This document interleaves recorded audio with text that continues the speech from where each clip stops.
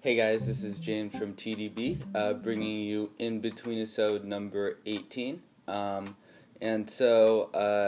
This is a tea. The tea we're drinking is the Fine Pu'er Yongde DaXueShan from 2009.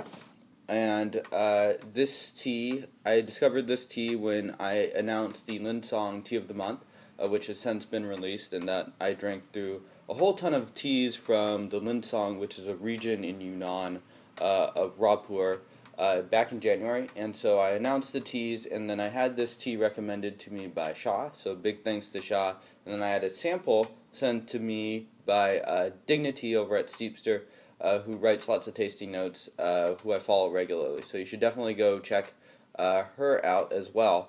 And as you can see from that little 10-gram sample, I have acquired not one, but two. There's another one sitting over in my Pu'erh over there. And I think this is, in terms of just value for the Lincang teas that I drank through, I think it's very good. And I think back in 2012, this was described by Jacob over at the Tea Blog Spot as being a reasonable deal to pick up then.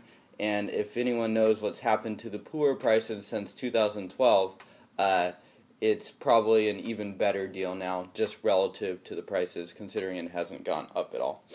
Alright, we are on the third steep here, and so Yongde DaXueShan is the area where it was grown. The whole Lincang area is kind of confusing because there are a couple DaXueShans within the same general area, which just makes life a little bit tough. And this is from Yongde, which tends to be the more neglected one. The other one, an example, probably a tea that people are familiar with, would be the Mengtu DaXueShan. So it's usually the Mengtu or the Yongde. Yeah, and so this is supposedly from wild arbor trees, and I could believe that, but I will say that the base material of this tea is very, very good. So this is another one of those solo episodes where I'm filming this of myself, so hopefully I am in focus, and I'll get you guys some close-ups after I shoot this. Alright.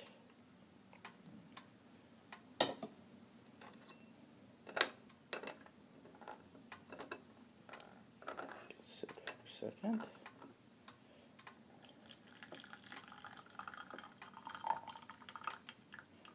Alright, so it's brewing a kind of orange amber liqueur.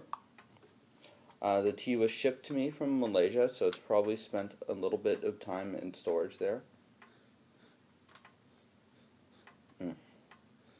So it's kind of got this brown sugar floral smell now, and I've noticed about this tea it's very dynamic in terms of its sessions. So it's interesting to compare Steep 1 versus Steep 5. I think it starts out smelling a little bit more fruity, which I think is somewhat characteristic of that region, and then it moves more towards these floral, brown, sugary characteristics. Alright, cheers guys.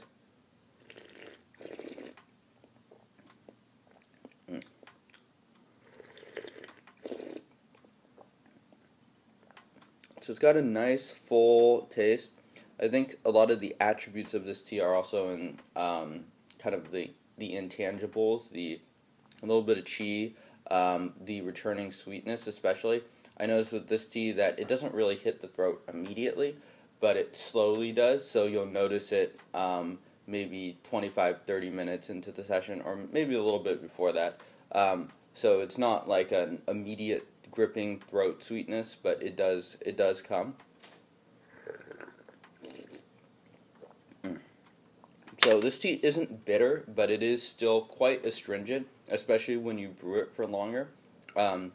If you do tend to brew it longer, you'll get that nice huigan too, so it's kind of a trade-offs and personal preference sort of thing.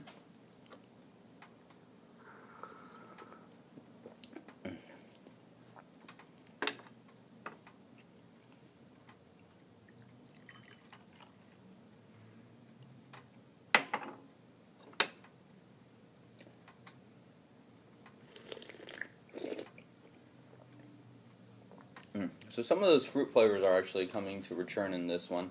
Still a lot of sweetness coming out of it, followed by this like slow astringency, which sort of bleeds into this really, really nice Huigan. I actually recently sessioned this tea in conjunction with the Old Bear and White Whale, 3 very different teas, with a friend who was relatively new to Pu'erh, and then my favorite of those 3 is this tea, and but its attributes are much more, I guess it's more elegant, for instance, than the Old Bear, which is kind of the smoky Old Bear, which kind of, its appeal is very, very obvious, per se.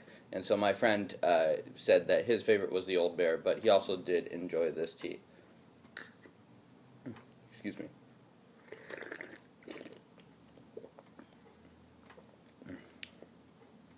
So I picked up 2 of these guys, and I am actually seriously considering just mortgaging everything, going way into tea debt, and picking up a couple more just because I think it is a really good deal. It doesn't come in those little weenie 200 gram, 150 gram Shah bings, the tiny size bings. This comes in a larger than standard size 500 gram bing, so it's a big tea. And I think the price of it is really good, and I think that's largely because they just haven't raised the price in 2 or 3 years. So I really think that if you guys haven't yet, you guys should hop on this deal at Fine Pu'er.